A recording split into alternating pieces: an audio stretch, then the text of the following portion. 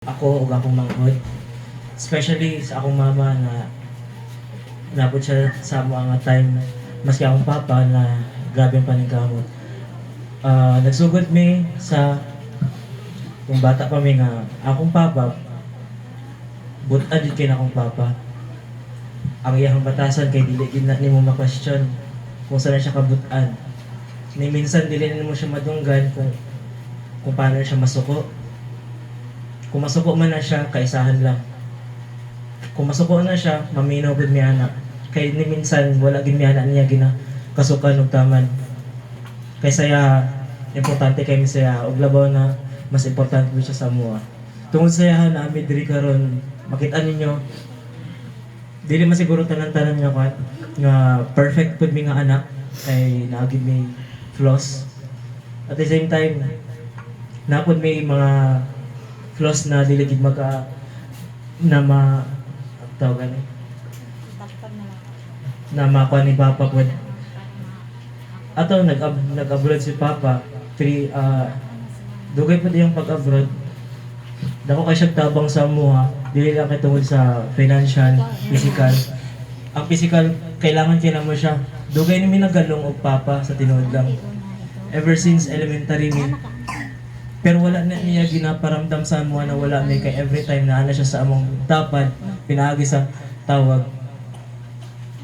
Ang among papa kay butan jud kay na siya maski pag bali-balihon na to. Ang akong papa kay dili man niya makit-an niya bisyado, wala lang siya gasugal ug wala siya gapanir tigarilyo.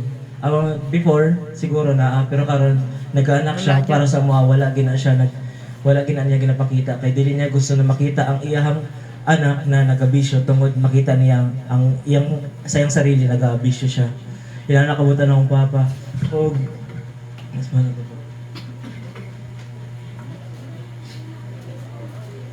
Og grabe na kay na ang iyang mga pag-antos simula pa sa pag-abroad niya.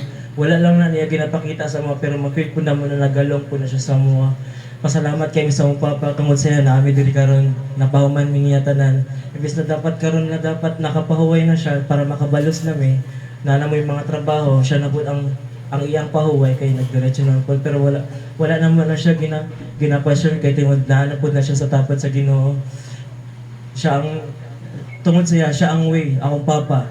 Dili man pud siya ang ginatawag nga hero sa karon hantod sa hantod.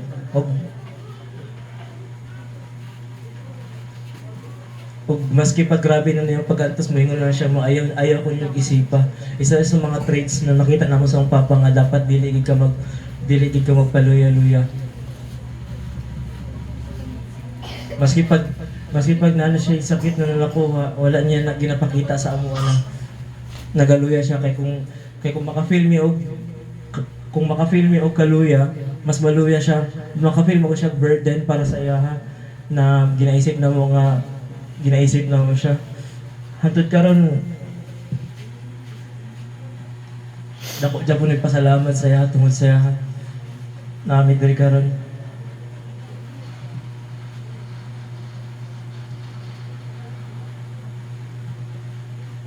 Pa.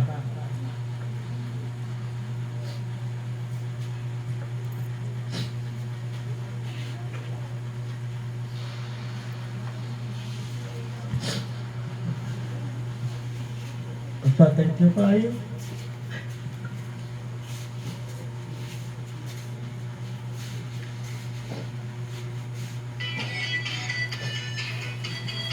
Hindi man nila akong gusto.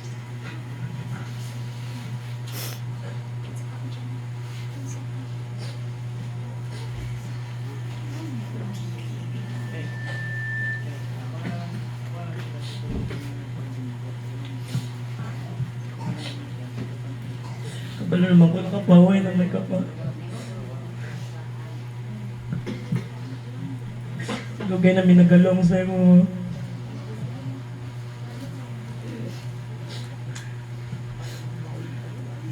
So, ito.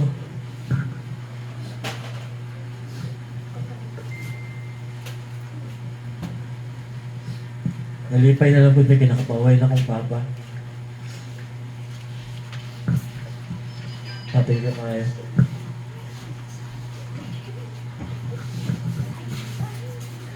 Daghang salamat, Sir Cha.